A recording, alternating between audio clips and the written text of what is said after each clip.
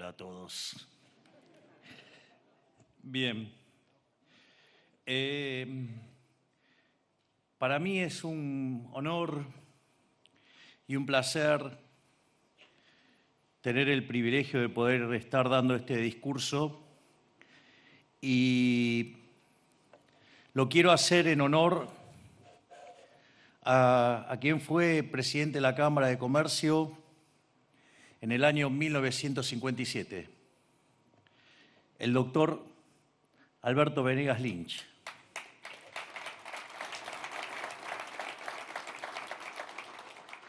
Padre de nuestro máximo prócer de las ideas de la libertad, es decir, Alberto Venegas Lynch, hijo, que además fue asesor económico de la Cámara de Comercio y que además es el papá y el primer Alberto, digamos, el abuelo, de nuestro queridísimo diputado, el brillante Bertie Venegas Lynch.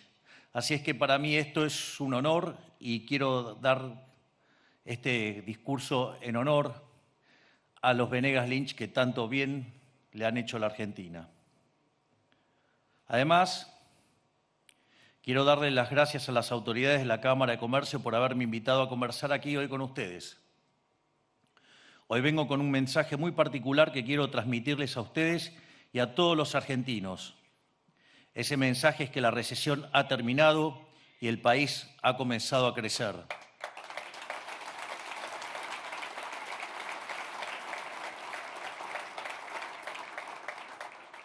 Quiero empezar este discurso agradeciendo a todos los argentinos por el inmenso esfuerzo que han hecho hasta este año, a quienes nos acompañan hoy, pero en especial a los argentinos de pie, a los asalariados, a los cuentapropistas que tienen un pequeño comercio o emprendimiento, a quienes tienen más de un empleo, a quienes mantienen con un enorme esfuerzo a una familia entera y a quienes hacen changas y a quienes tratan de salir adelante día a día.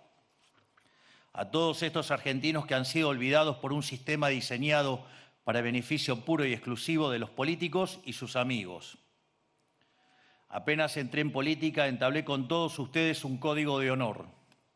Les dije que siempre iba a elegir decirles una verdad incómoda antes que una mentira confortable. Vaya problemas que me trajo también, ¿no? Por eso, cuando asumí el mando presidencial en diciembre, les advertí que para sacar al país de la miseria en la que nos hundió la casta política, íbamos a tener que atravesar primero un intervalo duro de esfuerzo y dolor. Quiero agradecerles a todos por haber aceptado con la frente en alta el desafío que nos tocó atravesar y por haber confiado en el rumbo que este gobierno les propuso.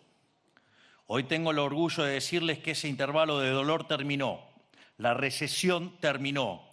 Estamos saliendo del desierto, el país finalmente ha empezado a crecer.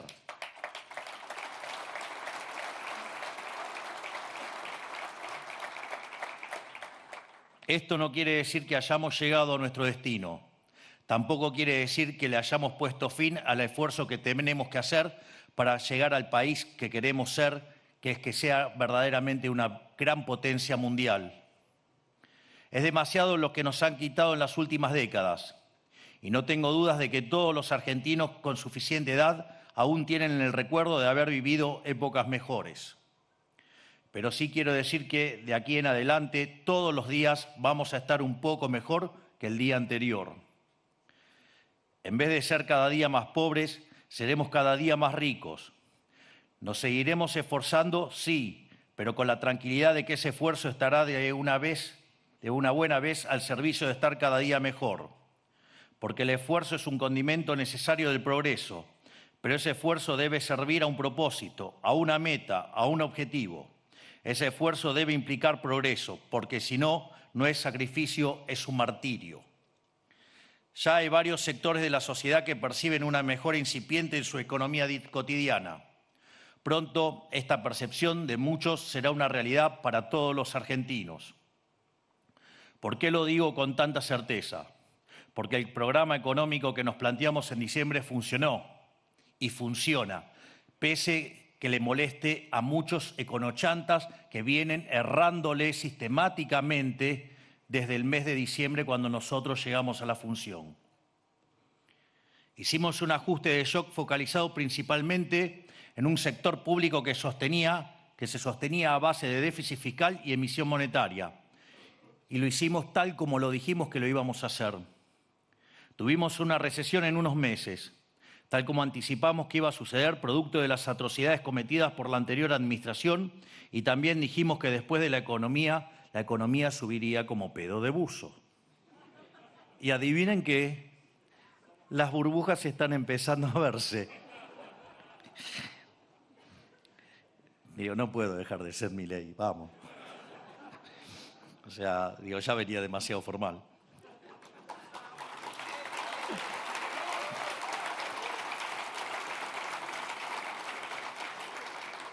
Ya bastante que hago caso que trato de leer todos los discursos. O sea, encima quieren que me ponga formal. Es demasiado. Digo, de hecho, con todos los milagros que estamos haciendo, digo, déjenme algunas licencias. No es casualidad que muchos indicadores ya están nuevamente en valores similares o superiores a los de diciembre.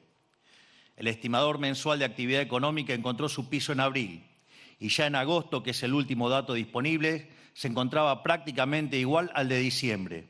Esto nos lleva a suponer que, dado el veloz avance de la economía en septiembre y octubre, que ya hemos superado dicho valor. Quiero también hacer acá una digresión numérica, porque yo no sé si en los medios de comunicación, producto de que le cortamos la pauta, digo, ustedes leen los editoriales el fin de semana, parece que estuviéramos en medio de una guerra. O sea, todo está mal, está todo mal. Entonces yo a veces no sé si lo hacen con mala intención o por ignorancia o porque verdaderamente están muy ardidos porque le sacamos la pauta. A ver, para tener un orden de magnitudes, a veces dicen, no, qué número pobre, digamos, sí. Primero, cuando ustedes están saliendo de una recesión, ustedes tienen que mirar el desestacionalizado mes sobre mes para ver si la economía está saliendo. Obvio que si van a comparar el año sobre año les va a dar negativo porque están saliendo de una recesión. Digo, es bastante obvio. Pero una de las cosas que pasa es que como ya los desestacionalizados hace 6 meses que vienen, digamos, sistemáticamente creciendo, entonces algunas series lo que van a empezar a ver, y se está viendo, es que con respecto al año anterior ya los números están neutralizados. Entonces empiezan a hablar del acumulado del año, o sea, de todo para mostrarlo mal. Es más, recuerdo cuando salió el dato del EMAE, no este último, sino el anterior, que había sido 1,7. Sí, se recupera, pero es muy amarreta, es muy lento, es muy poco. Yo les hago una pregunta. Si yo les dijera que la economía va a crecer al 5%, me dirían seguramente dónde firmo, ¿no? Está claro eso, ¿no? Bien. Bueno, 5% de crecimiento anual implica que el desestacionalizado en el mes estaría creciendo 0,4. Por lo tanto, si ustedes pensaran el anualizado de 1,7, que les parecía poco, eso si ustedes lo anualizaran da como 23. Es decir, ¿eso les parece poco? O sea, ¿no se dan cuenta que es un disparate? O también recuerdo que un día fui a un programa a la mañana. Entonces expliqué que los salarios reales estaban subiendo y que lo estaban haciendo de manera fuerte. Y el periodista del siguiente programa dijo, no, lo que está diciendo de los salarios no es así. Entonces los salarios vienen creciendo al 3,5% mensual, real. Si eso ustedes lo anualizaran, dan 51% real. Se dan cuenta que son números no grandes, son enormes. Es más, si ustedes replicaran ese ejercicio durante 4 años y medio, alcanzaríamos a Estados Unidos. Se dan cuenta que los números no son grandes, son enormes. Entonces yo no sé si verdaderamente es un problema de ignorancia, es decir, o es un problema de muy mala intención porque les cortamos la pauta, definitivamente. No lo sé, pero digamos, por lo menos tengamos cuenta, digamos, de qué significan los números, ¿no? Porque, digamos, para que la discusión sea una discusión razonable. Pero tampoco uno les puede pedir mucho, ¿no? Porque cuando yo hablo, digamos, que 54% de inflación en el mes de diciembre, mayorista, implica 17.000, dicen, ¿cómo puede ser si 54 por 12 no da eso? O sea, no saben la diferencia entre una función geométrica y una función aditiva. Entonces no, a veces es como que me cuesta diferenciar a qué se debe el problema. Es decir, porque no quiero ofender a los monos, pero pero si un nerd hace eso, le daría pena, ¿no? Entonces como que no sé cómo seguir. Pero bueno, nada. Voy a seguir en el discurso porque si no vamos a seguir generando problemas. En definitiva, lo que quiero decir es que los datos indican que hoy ya estamos mejor que cuando asumimos. O sea, eso es un dato. Estamos mejor cuando asumimos. Sugiero fuertemente ver un gráfico que publicó, creo que la semana pasada, Ramiro Castiñeira, donde muestra el EMAE desestacionalizado mes a mes y la inflación. Porque nosotros empezamos a bajar la inflación, entonces del 54% la bajamos al 2%, la mayorista. Entonces, ¿qué nos dijeron? Nos van a hundir en la hiperrecesión.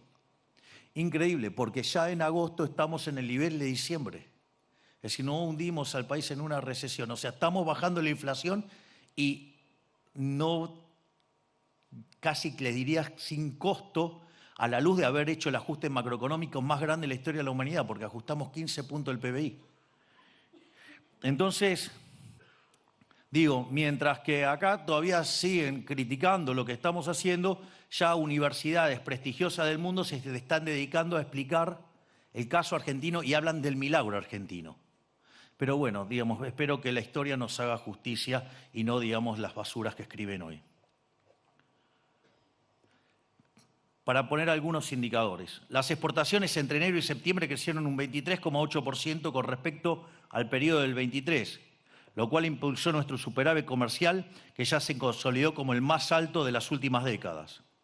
No es casualidad que el Banco Central haya tenido el octubre más comprador de los últimos 20 años, que la liquidación del campo haya tenido el mejor octubre de los últimos 22 años y que la producción de petróleo se encuentre en los niveles más altos desde el año 2004. Y si vamos al mercado interno, las ventas minoristas vienen siguiéndole el paso. Según el último informe del CAME, el índice de ventas minoristas de octubre se posicionó un 7,4% por encima del valor de septiembre y un 2,9% por encima del valor de octubre del año pasado, marcando su primer aumento interanual en 2 años. Por mencionar un ejemplo más, también están volando los patentamientos de autos, la actividad inmobiliaria, la capacidad industrial de la siderurgia, el campo y sus derivados y la producción minera. Esta realidad se refleja claramente en el sector privado, dado que los salarios reales del sector privado registrados ya se encuentran en valores de noviembre y hay un boom inusitado del crédito privado que viene acelerando desde abril. Imagínense que ya hubo alrededor de 250.000 consultas por créditos hipotecarios. Para que se tome dimensión de la velocidad a la que estamos volando el crédito, hoy está creciendo más rápido que durante el auge de los créditos UVA de la gestión de Macri, que fue la última vez que hubo crédito en Argentina. Quienes también lo están empezando a notar son los sectores más postergados de la economía. Ellos fueron brutalmente castigados por el kirchnerismo, que con una inflación inhumana le robó más del 50% del salario a los trabajadores informales durante su última aventura trágica en el poder. Nosotros dijimos que no íbamos a dejar a la deriva a las víctimas del masazo y por eso aumentamos en términos reales la asignación universal por hijo y el plan alimentar mientras cruzamos el desierto que era este primer año. De hecho, hoy la suma de la tarjeta alimentar y la asignación universal por hijo cubre la canasta básica de manera completa, mientras que el gobierno anterior, que tanto se preocupaba por los pobres, cubría la mitad.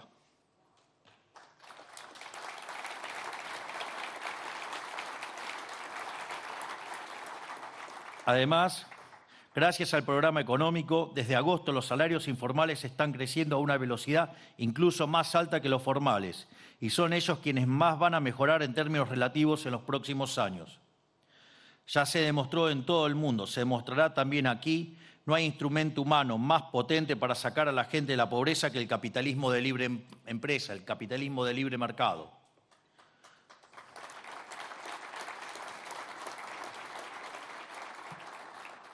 ¿Por qué menciono esto? Para que conste en acta y de mi boca que los datos indican que ya estamos mejor que en diciembre, pero además con una macro ordenada, un banco central que se está terminando de sanear, la inflación y la deuda pública cayendo y un superávit fiscal sostenido que luego se convertirá en baja de impuestos. El superávit fiscal permanente se va a convertir en baja de impuestos.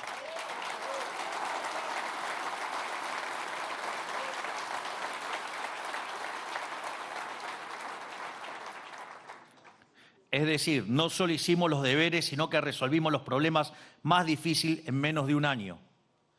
Yo recuerdo que cuando hicimos campaña, mi campaña fue bien clara, tenía 3 ejes, tenía un eje en lo económico, un eje en lo que tiene que ver la seguridad y un eje en lo que tiene que ver con nuestra política exterior. En lo referente a la política económica eran 2 símbolos. Un símbolo era el de la motosierra. Y al final terminamos haciendo el ajuste fiscal más grande de la historia de la humanidad. 15 puntos del PBI, 5 en el Tesoro, 10 en el Banco Central. Pero cuando nosotros decíamos que íbamos a ir a déficit cero, decían que era imposible, que no se podía ajustar mucho más que 1 punto por año, que no se podía hacer. Es más, la verdad que la evidencia empírica estaba del lado de los que decían eso, porque en 123 años, durante 113 tuvimos déficit. Y los 10 que no lo tuvimos fue porque estábamos en default y no pagábamos la deuda. Por lo tanto, en los últimos 123 años nunca estuvimos en equilibrio fiscal. Y nosotros proponíamos alcanzarlo básicamente en un año. Y nos decían que era imposible. Y nosotros alcanzamos el equilibrio fiscal en un mes.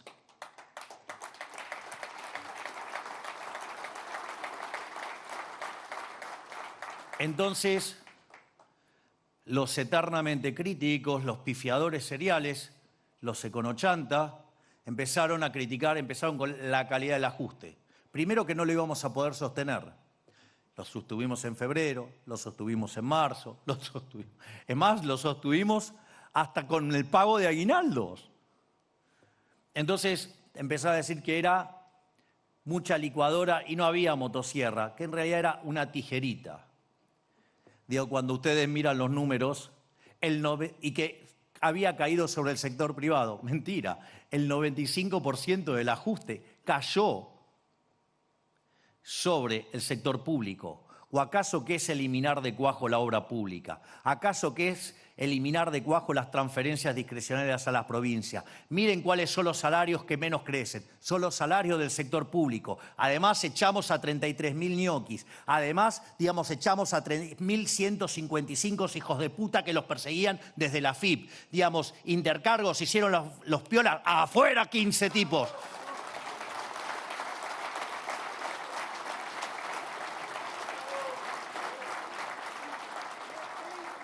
No solo eso, damos de baja los contratos que se van venciendo que no tienen verdaderas funciones. Vamos eliminando planes sociales fantasmas. Estamos trabajando sobre la eliminación de todos esos privilegios que supuestamente que tienen que ver con la discapacidad, donde hay ciudades que tienen más planes que gente. Ustedes se ríen, pero es cierto. Cuando ustedes ven la proporción de personas con discapacidad, es como que hubiéramos tenido 2 guerras mundiales. Es más, decían además que era imposible terminar con los gerentes de la pobreza. Y terminamos con los gerentes de la pobreza. Una de las claves, nosotros sabíamos que cuando...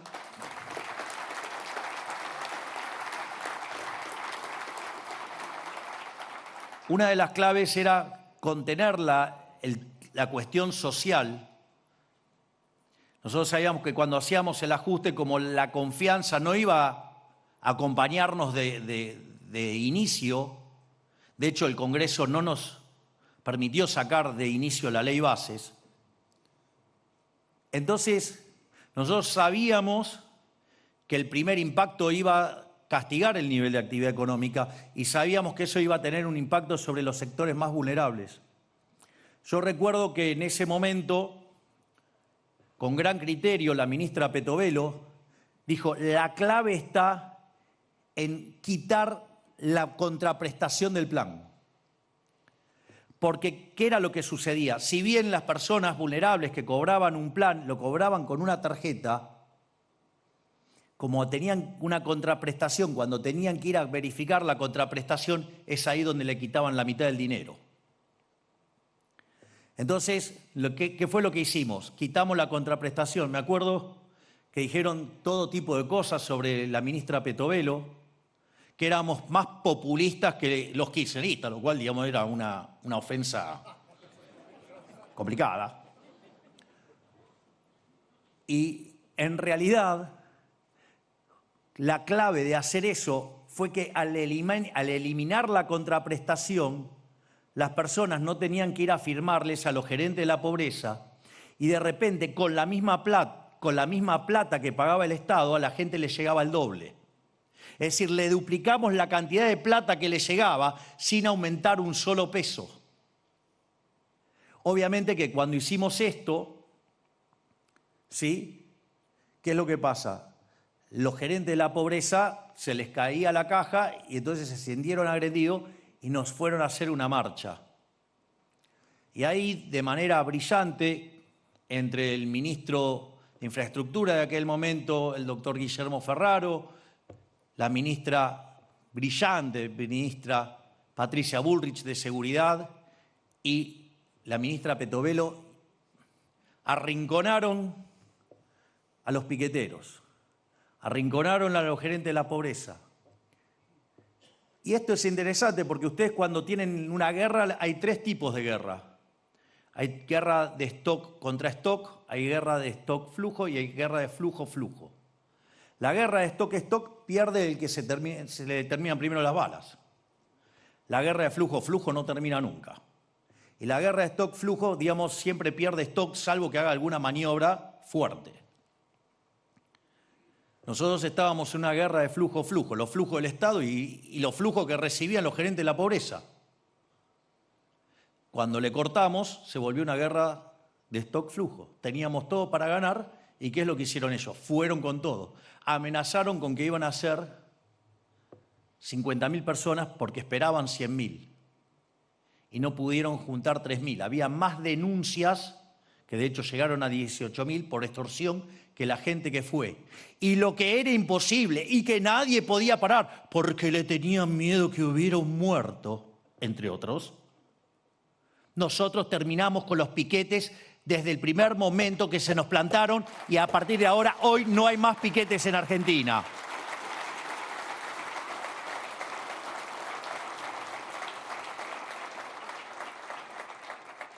No solo eso, nadie hablaba del problema que había en el balance del Banco Central, porque no tenían ni la más pálida idea de cómo resolverlo. Es más, hay muchos que hablan, que se candidateaban de ministro, que tienen todas las soluciones, hace 11 meses que le vienen pifiando. De hecho, hablaban que tenían plan, no solo que esa carpeta estaba vacía, les aviso, sino que además no tenían ni idea de cómo arreglar el problema del Banco Central porque fueron a pedirle ayuda a quien hoy es mi ministro de Economía. Por lo tanto, me consta que no sabían cómo arreglarlo. ¿Y qué dijeron? Que era imposible arreglarlo. Y nosotros hicimos el ajuste en el Banco Central en 6 meses. Lo que parecía imposible, nosotros lo hicimos en 6 meses.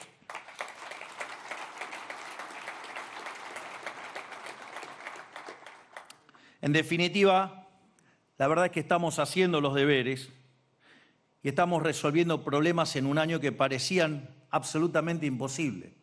Es más, no solo no nos hicimos todas estas cosas, la reforma estructural más grande que hizo Argentina en su historia la hizo Menem, y nosotros, con 15% de diputados y 10% de la Cámara de Senadores, hicimos una reforma estructural 8 veces más grande que la que hizo Menem. Hicimos la reforma estructural más grande de la historia, gracias a este gigante que tengo acá, que es el doctor Guillermo Francos.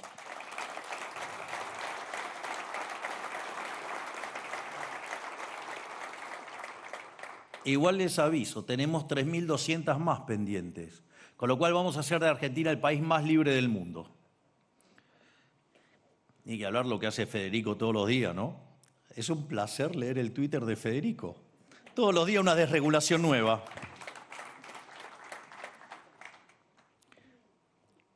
Voy a tratar de volver al discurso. Cuando el año pasado le dije a los argentinos que soy especialista en crecimiento económico con y sin dinero, me refería precisamente a todo esto. Hoy tenemos el mismo nivel de actividad económica que hace un año, habiendo saneado la cuestión monetaria en el camino, sin haber tomado deuda nueva, habiendo acomodado los precios relativos de la economía, destruyendo la inflación y con un ajuste de gasto público alrededor de 15 puntos del PBI. Y es por eso que hoy ya escuchamos a personas decir que este programa es como un milagro económico en marcha. Pero no es un milagro. Fue sentarse a hacer los deberes como corresponde, sin dejarse correr por ningún grupo focal o encuesta, sin ninguna especulación ni miedo al que dirán, sin priorizar nuestras necesidades políticas ni electorales, sin miedo a los ataques de quienes han vivido durante décadas de este modelo empobrecedor, solo con la convicción de hacer lo que hay que hacer, pero de verdad. Nosotros, digamos, una de las cosas más maravillosa que aprendí del profesor Juan Carlos de Pablo es mirar la economía como el proceso decisorio.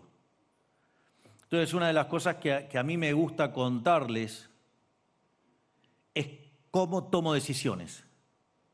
Digo, porque creo que les puede ayudar para ver cómo veo estos procesos. Muchas veces me preguntaron qué siento al ser presidente. Y yo digo que para mí es un trabajo más, que me dieron un job description que era bajar la inflación, hacer crecer la economía y terminar con la inseguridad. Y yo me dedico a hacer eso. Es decir, y no me importa ni lo que digan las encuestas, no me importa nada, yo hago lo que tengo que hacer. Miren, la imagen ustedes la tienen para consumirla.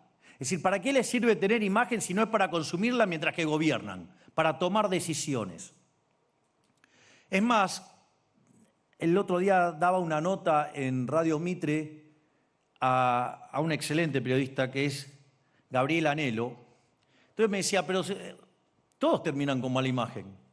Entonces, miren qué interesante, todos los políticos mirando las encuestas, haciendo cálculo político, digamos, dejándose llevar por la lógica precaria, rudimentaria y analógica del círculo rojo, todos, digamos, o sea, terminaron con una imagen horrible y además nos arruinaron a los 46 millones de argentinos. Entonces, digamos, si inexorablemente uno va a terminar con mala imagen, bueno, si voy a terminar con mala imagen, prefiero terminar mala imagen haciendo las cosas que corresponde.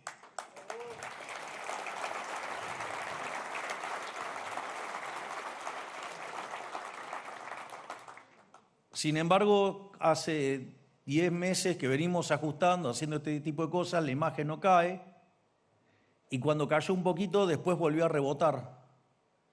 Y hoy ya estamos de vuelta con la imagen antes, digamos, a que llegáramos al poder. Es decir, se dan cuenta que funciona.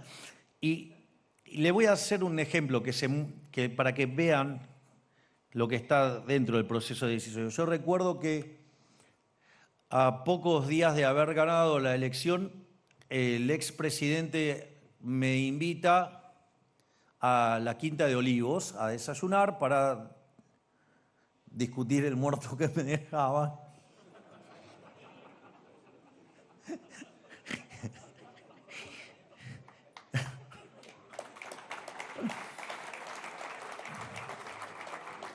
Y entonces, en un momento nos fuimos a caminar por el parque y entonces me mostraba las instalaciones y todas las cosas.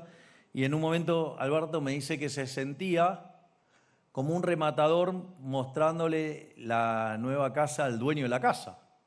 Y le dije, no, Alberto, eso no es así. Yo no soy el nuevo dueño, yo soy el nuevo inquilino por 4 años y con opción a 8.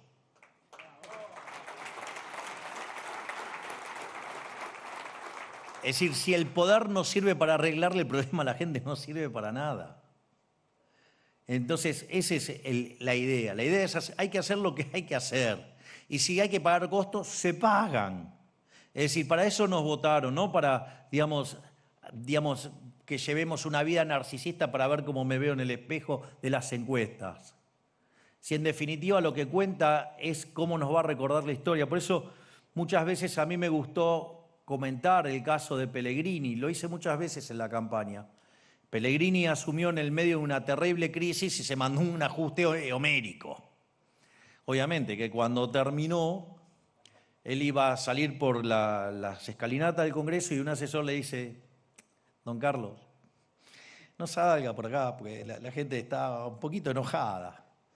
Y don Carlos, que tenía un carácter fuerte, se abrochó el frac, se calzó la galera, tomó el bastón y se fue por las escalinatas y se fue caminando hasta la casa, que eran 2 cuadras y media, y le dijeron de todo menos bonito. Pero la historia lo recuerda como el piloto de tormentas. Eso es hacer lo que hay que hacer. Es decir, hay que hacer lo que está bien, porque que después el juicio lo haga la historia.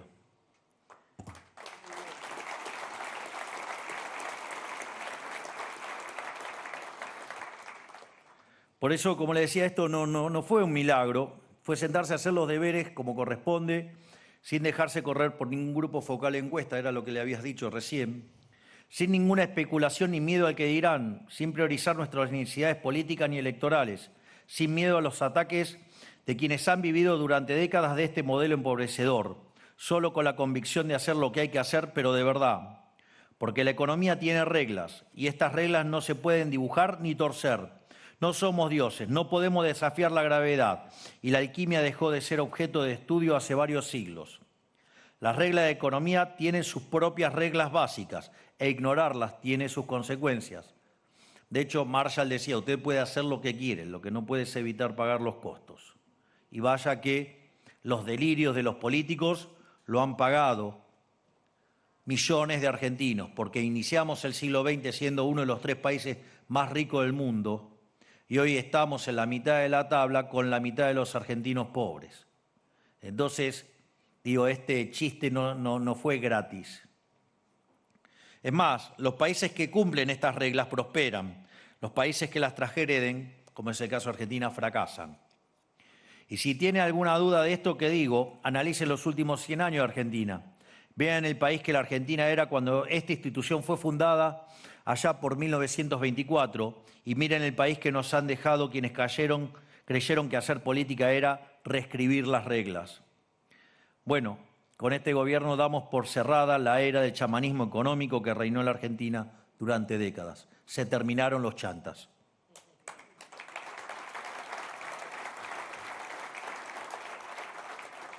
Es más, le diría que le pusimos un candado al equilibrio fiscal y nos tragamos la llave. Ustedes se ríen, pero algo parecido hicimos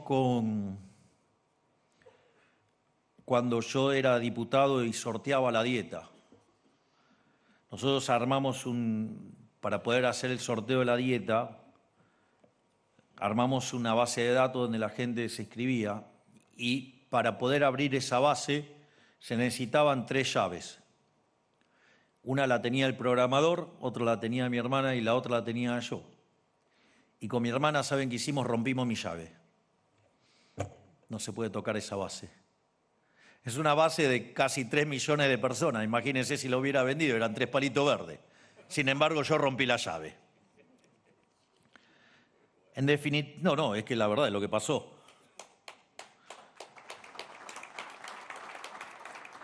Por lo tanto, ahora comienza una etapa de crecimiento para la Argentina. Y esta vez, a diferencia de todos los gobiernos de los últimos 100 años, estamos sentando las bases para que el crecimiento sea duradero. Y en definitiva, ¿qué se necesita para que un crecimiento sea duradero? En primer lugar, dejar de votar delincuentes que venden espejitos de colores. Plan integral, ¿se acuerdan? Dijo que el dólar, digamos, iba a estar a 3.000, digamos, si yo ganaba. Quiere decir que hoy sería un dólar de 7.000, 8.000 pesos. Está en 1.110, ¿no? Le erró por un poquito. O ni que hablar de Tinturelli, llevando economistas que decían que iba a estar a 7.000, o sea, el equivalente de 15.000 hoy. Pero bueno, ese delincuente con tal de llevar gente a ensuciarme, con que dijera un disparate cada vez más grande, lo llevaba. Pero bueno, así le van los negocios y está por quebrar. En segundo lugar, una macroeconomía ordenada que sea sostenible a lo largo del tiempo. No se puede sostener una economía estable a lo largo del tiempo con déficit porque te vuelve frágil ante cualquier shock negativo, obligándote a incurrir en deuda y o emisión. Esto es muy interesante.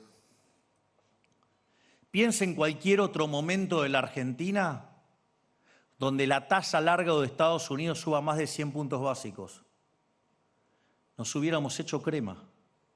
Todo el mundo en rojo. Los únicos en verde, ¿quiénes fueron? Nosotros. Somos las acciones que más crecieron en el mundo y son los bonos que más subieron en el mundo. Y cuando vino el resultado de la elección de Estados Unidos, por la percepción que hay acerca de la política fiscal y monetaria que va a llevar a cabo el gobierno de Donald Trump, los activos financieros de todo el mundo cayeron, salvo los de Argentina. Es decir, el flight to quality es venir a Argentina.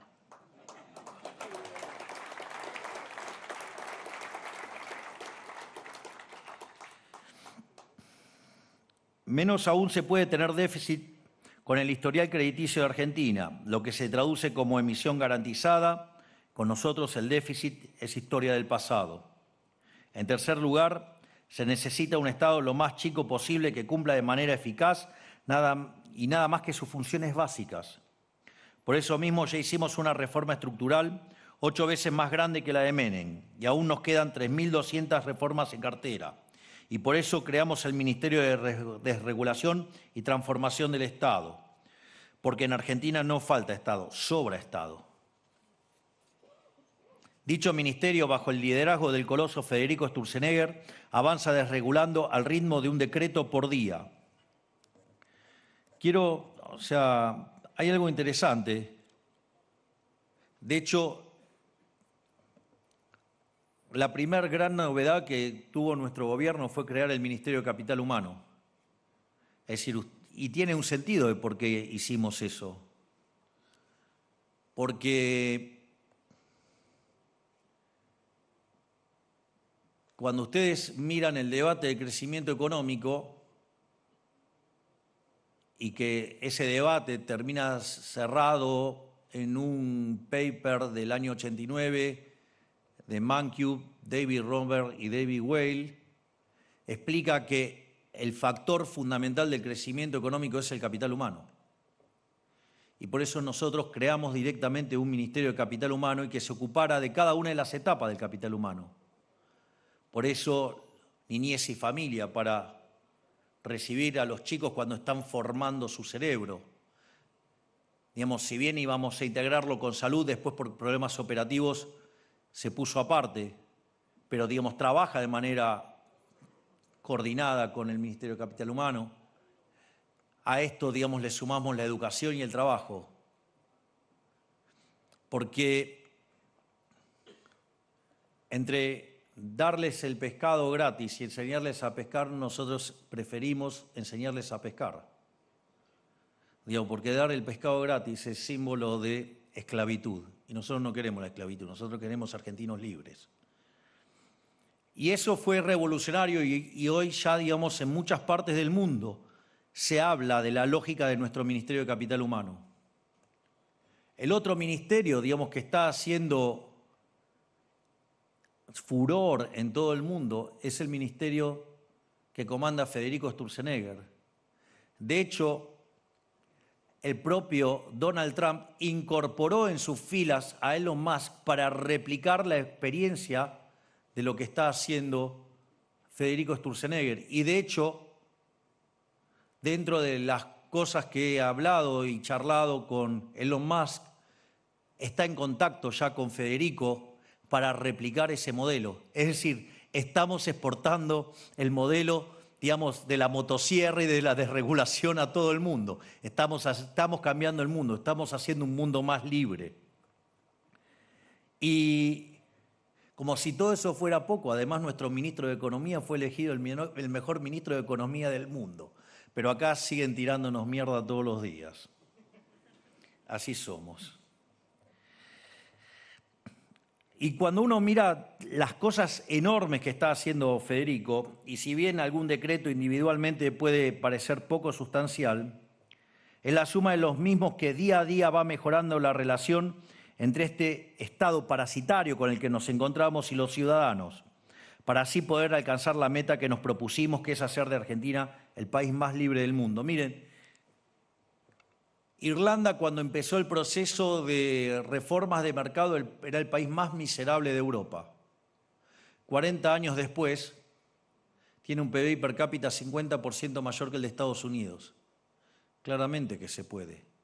Lo que pasa que para hacerlo hay que saber qué es lo que uno quiere hacer, hay que saber cómo hacerlo y, sobre todas las cosas, tener coraje y bancarse la que haya que bancarse cuando se vienen los orcos. Cuando ustedes hacen eso, arrancan con un riesgo país de 3.000 y hoy lo tienen en 850.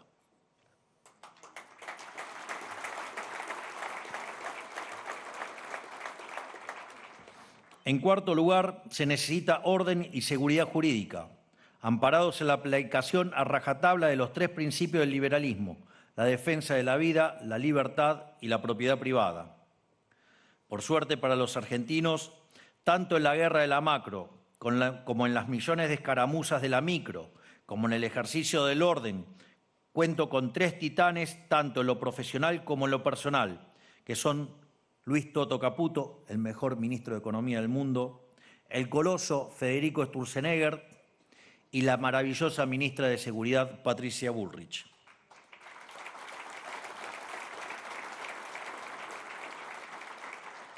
Y por más que parezca reiterativo, la realidad es que nunca me voy a cansar de agradecerles a ellos y a sus equipos, como a todos mis ministros, porque la verdad, trabajar con el conjunto de enormes personas y grandes talentosos que tengo en el gabinete, la verdad que es un lujo. Es más, mientras que a un idiota del círculo rojo analógico dice que me rodeo de mediocres para lucir mejor, en todo el mundo reconocen que mi gabinete es un gabinete de lujo. Fíjense, digamos, tengo el mejor ministro de Economía del mundo, lo tengo a Sturzenegger, que es profesor en Harvard, mi jefe de asesores de Demian Reidel. Hey, me parece que el dolor por la pauta te está haciendo mal. Por suerte está cerca de jubilarse ya. Pero bueno, el rating no lo acompaña y la lectura tampoco. Lo mejor de todo es que las trompetas de la libertad ya no solo suenan en Argentina, están empezando a sonar en todo el mundo. Tal como pasó en Argentina el año pasado, en Estados Unidos, esta semana la libertad y la razón se impusieron por sobre la locura colectivista. Y claro está, esto es para entusiasmarse. Imagínense todo lo que podemos lograr si el país más poderoso del mundo comparte nuestras ideas y nuestro norte. Las posibilidades son infinitas. Y ahora, van a ver que se va a hablar un poquito mejor, digamos, de lo que haga Trump, porque hoy Elon Musk se compró a ese bastión woke inmundo que era CNN. Con lo cual, ahora vamos a tener no solo la libertad en X, sino que además, vamos a tener, una cadena, que no sea tan socialista, tan zurdita, y entonces, empiece a informar otras cosas y dejen de mentir. Ahora, habiendo sentado las bases, mirando para adelante, y aunque suene paradójico, la sociedad tendrá que acostumbrarse culturalmente al crecimiento, porque la casta política nos dejó una economía que no crece desde el 2011, con un PBI per cápita equivalente al de 2007 y con una sociedad aturdida. Después de una década de caída del PBI per cápita, nos hemos olvidado lo que es crecer de forma sostenida. Peor aún, hay 10 millones de argentinos menores de 30 años que nunca conocieron lo que es ser adulto en un país que crece en términos per cápita. Nos acostumbramos a tiempos de miseria y ahora tenemos que acostumbrarnos nuevamente a tiempos de progreso. Déjenme dibujarles una imagen mental de cómo es vivir en un país en crecimiento con la macroordenada. Un país en crecimiento es que un aumento salarial signifique mejorar tu capacidad de compra, no tratar de igualar la inflación. Es poder tomar un crédito hipotecario y ser dueño, en vez de pagar un alquiler toda la vida. Es saber que si te dedicás y laburás, mañana vas a vivir mejor que hoy. Algo que es obvio en el resto del mundo, pero para los argentinos se había vuelto una quimera. Es que cuanto más trabajes, mejor te va a ir, pero que te pueda alcanzar con un trabajo de tiempo completo para vivir, sin la necesidad de tener 2, 3 o 4 trabajos, ni la asistencia del Estado. Ni la asistencia del Estado. Porque si para llegar a fin de mes necesitabas del Estado, no estabas bien, estabas mal, porque eso no era sostenible.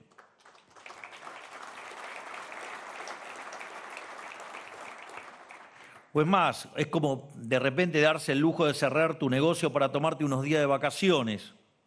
Es eliminar la neblina que nos angustia y por primera vez en décadas podemos mirar hacia adelante, podemos mirar hacia el futuro. En definitiva, un país que crece es un país que nos permite convertirnos en dueños de nuestra propia vida, en arquitectos de nuestro propio destino, donde podemos ejercer nuestra libertad en búsqueda de la felicidad. Este es el derecho inalienable más básico de los hombres, poder tener la chance de ser felices. Claro, luego surge la pregunta, ¿qué hacemos con esa libertad?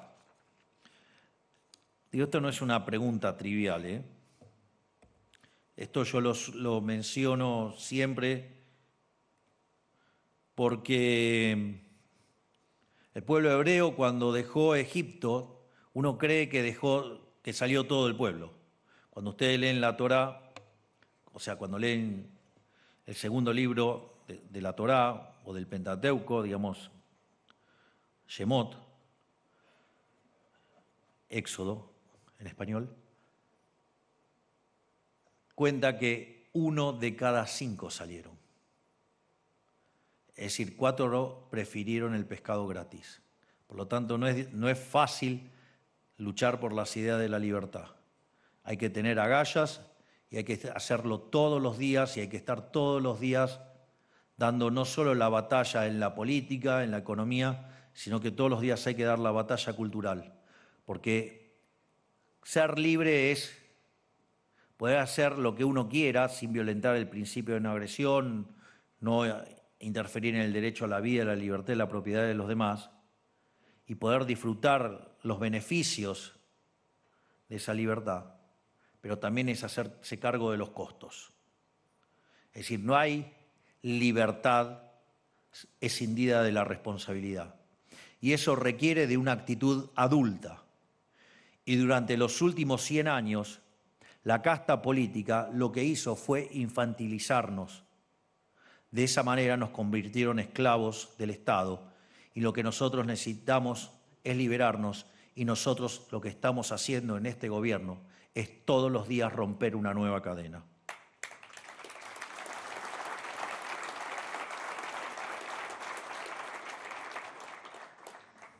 Lo que sí les puedo decir es que no tengo duda de que haber sobrevivido a tanta miseria, digamos, tan fuerte, tan potente lo que nos hicieron, el resultado colateral es que han generado un pueblo fuerte y valiente. Y es hora de poner esas virtudes al servicio del crecimiento y del proyecto personal de cada uno. Ahora es nuestro momento, porque por primera vez en mucho tiempo podemos animarnos a soñar y a soñar sin miedo. Eso es precisamente el daño más grande que nos había hecho el modelo del Estado presente. Le infundió temor a los argentinos. Con el modelo de la inflación permanente secuestró nuestro futuro y nos obligó a vivir en un eterno y miserable presente. Nos obligó a vivir a la defensiva en vez de a la ofensiva. Porque ¿quién puede tomar una buena decisión económica sin saber cuánto van a valer las cosas mañana? Esa es realmente la esclavitud moderna. Trabajar para empresas que no pueden crecer a cambio de dinero que no tiene valor, que los políticos imprimen como si estuvieran jugando el estanciero. No ser dueño de nada, ni de tu propio esfuerzo o de tu propio tiempo. No poder ponerle precio a tu trabajo. Esa es la esclavitud que impuso el modelo del Estado presente. Nos quitó años de futuro y al hacerlo esterilizó una cantidad inclaudicable de talento argentino. Pero nosotros hemos aprendido que el Estado no está para cumplir los sueños de la sociedad. Cuando el Estado promete cumplir sueños, se los termina cumpliendo solo a los políticos y a sus amigos, mientras les arruinan la vida al resto de la población. Es decir, no hay nada como un almuerzo gratis. Si ustedes otorgan un derecho más allá del derecho a la vida, a la libertad y a la propiedad, no es un derecho, es un privilegio y alguien lo tiene que pagar. Y eso tiene consecuencias nefastas, no solo en términos estáticos, sino en términos dinámicos. La idea de donde hay una necesidad nace un derecho es inconsistente porque las necesidades son infinitas y los derechos hay que pagarlos y los recursos son finitos. El mercado, el problema de las necesidades infinitas y los recursos finitos lo resuelve vía el sistema de precios con propiedad privada. El gobierno lo resuelve con la garra del Estado y con esa idea nefasta, siniestra y empobrecedora que es la idea de la justicia social, que claramente no es justa porque implica un trato desigual frente a la ley y además está precedida de un robo. Por lo tanto, es una atrocidad que lo único que puede generar es miseria. Y si quieren un caso, es el caso Argentina. Arrancó el siglo XX siendo uno de los 3 países más ricos del mundo y estos delincuentes lo destruyeron. Nosotros venimos a reconstruir esa Argentina grande.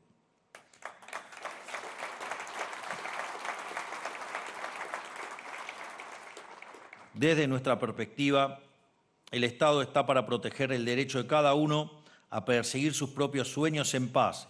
Y la única forma de hacerlo sin arruinarle la vida a un tercero es velar por la vida, la libertad y la propiedad. Hoy están dadas las condiciones para que cada argentino pueda perseguir su propio sueño en paz de acá en adelante. Tenemos las bases macro asentadas, tenemos gran parte de las reformas estructurales hechas, tenemos un gobierno con gente dispuesta a dejar la vida en este trabajo y tenemos también los vientos de libertad que ahora soplan en todo el mundo. Es decir, ahora las fuerzas del cielo nos acompañan con más fuerza. Esa es la reflexión que quiero dejarles hoy. Ha costado, ha sido duro, pero finalmente hemos salido. La Argentina está creciendo y apuntamos a más y esperemos sentar las bases del sendero que convierta a la Argentina en la máxima potencia mundial de acá a 40 años. Que Dios bendiga a los argentinos, que la fuerza del cielo nos acompañe y ¡viva la libertad, carajo! Muchas gracias a todos.